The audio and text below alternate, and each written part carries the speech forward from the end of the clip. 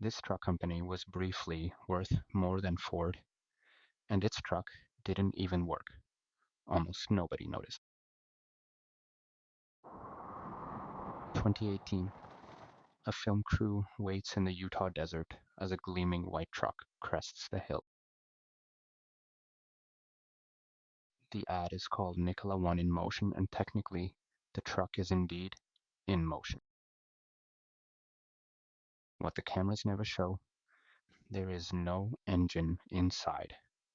The truck is simply rolling downhill. The man behind it is Trevor Milton, a born salesman from Utah with a gift for spectacular promises.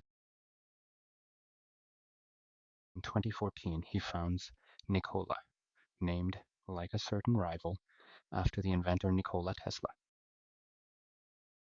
The pitch is intoxicating: hydrogen trucks, zero emissions, and a revolution that would make diesel obsolete.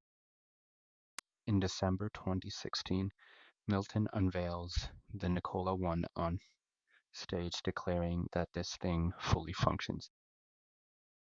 Behind the curtain, the prototype is missing key parts, a showpiece that cannot drive anywhere on its own. But the promises keep growing: billions in claimed pre-orders, revolutionary batteries, and hydrogen at a fraction of the cost. Investors don't see a truck company, they see the next Tesla, and nobody wants to miss the next Tesla. In June 2020, Nikola goes public, and the stock goes vertical on pure belief. For a moment, a company that has never sold a single truck is worth more than Ford. Trevor Milton's stake swells towards $7 billion. The rolling truck has become a rolling fortune. Then comes the crown jewel. General Motors announces a $2 billion partnership with Nikola. 2 days later, a short seller named Hindenburg Research publishes a report titled "An Ocean of Lies." It alleges the truck ad was staged, the technology borrowed, and the pre-orders largely imaginary. The most damning page tells the story of a hill in Utah and a truck with no engine. Nikola's response stuns everyone. It admits the truck was never driving itself. The ad only said, "in motion." 11 days later, Trevor Milton resigns.